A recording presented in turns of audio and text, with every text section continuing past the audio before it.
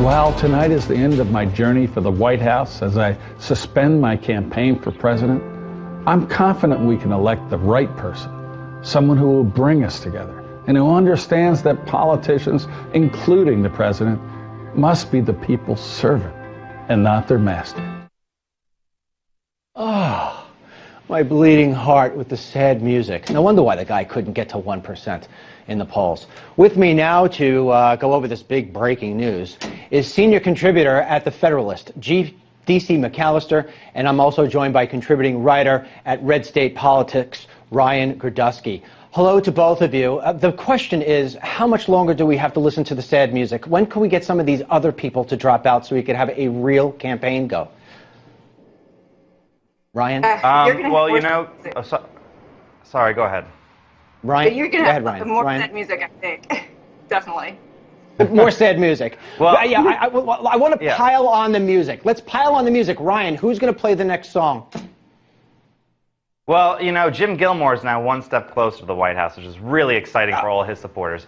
But who's going to pick? I don't know. Everyone's hoping for the Rick Santorum moment in 2012, where in the last week of he can jump 20 points in the polls in Iowa, New Hampshire, and have a shot at winning the presidency. That's why a lot of these people, even Huckabee or Rick Santorum himself, are staying in right now.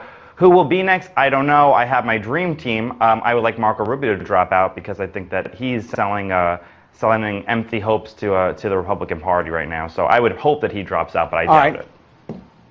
Yeah, well, you know what? You just led me in perfectly. DC, I want you to listen to this next clip, and then I want you to weigh in once it's done. Play the next clip of Jeb Bush attacking Marco Rubio. Days after the Paris attacks, senators came together for a top-secret briefing on the terrorist threat. Marco Rubio was missing, fundraising in California instead. 2 weeks later, terrorists struck again in San Bernardino. And where was Marco? Fundraising again in New Orleans. Over the last 3 years, Rubio has missed important national security hearings and missed more total votes than any other senator. DC, these two used to be Batman and Robin. Now it's Batman and the Joker. Politics turns on a dime, doesn't it? Yeah. Really what you have going on here is actually a primary within a primary. You have this establishment battle going on, and establishment between the Jeb Bush and Marco Rubio, Christie and Kasich, of course.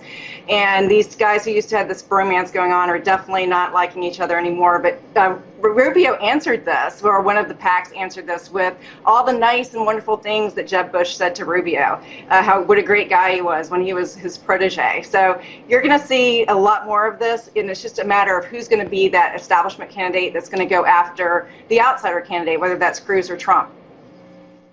So it's pick your. Let's take a look at this for.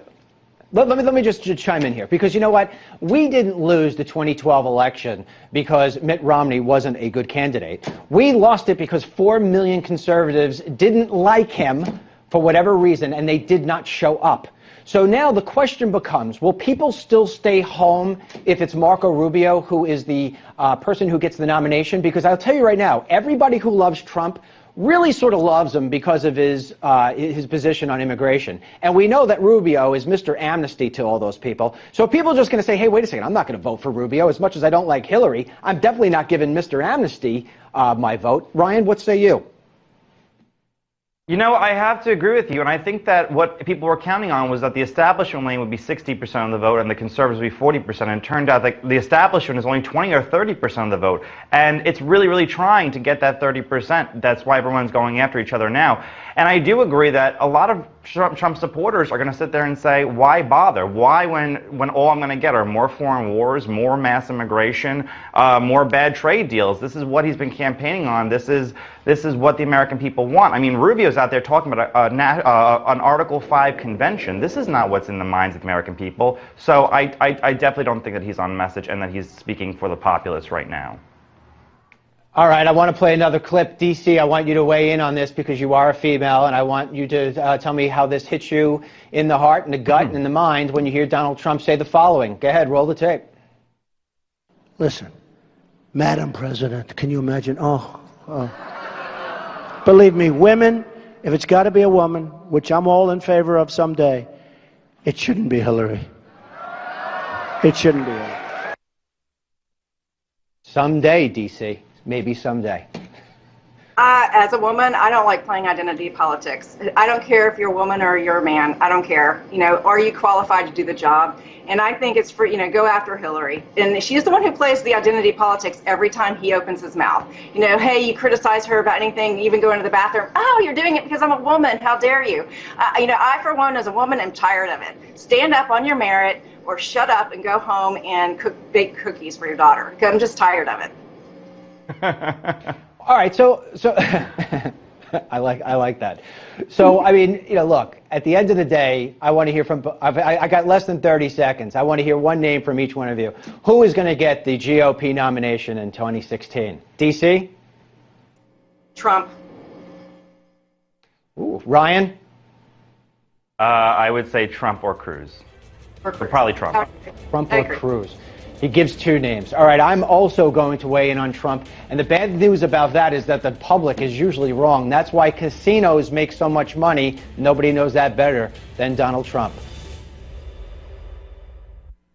If you ever suffer cardiac arrest outside of a hospital, you have just a 7% chance of survival. It's true, and it's scary. In fact, heart disease kills more people than any other condition in the United States. No one is more aware of this than world-renowned cardiologist Dr. Chauncey Crandall. He is the author of the #1 best-selling book, The Simple Heart Cure. I've read it, I've followed it, it's amazing. Now, you can learn your heart risk and make sure you're not part of the 93% that don't survive a heart attack. You can take the doctor's free Simple Heart test right now to see your heart risk. Just go to simplehearttest.com.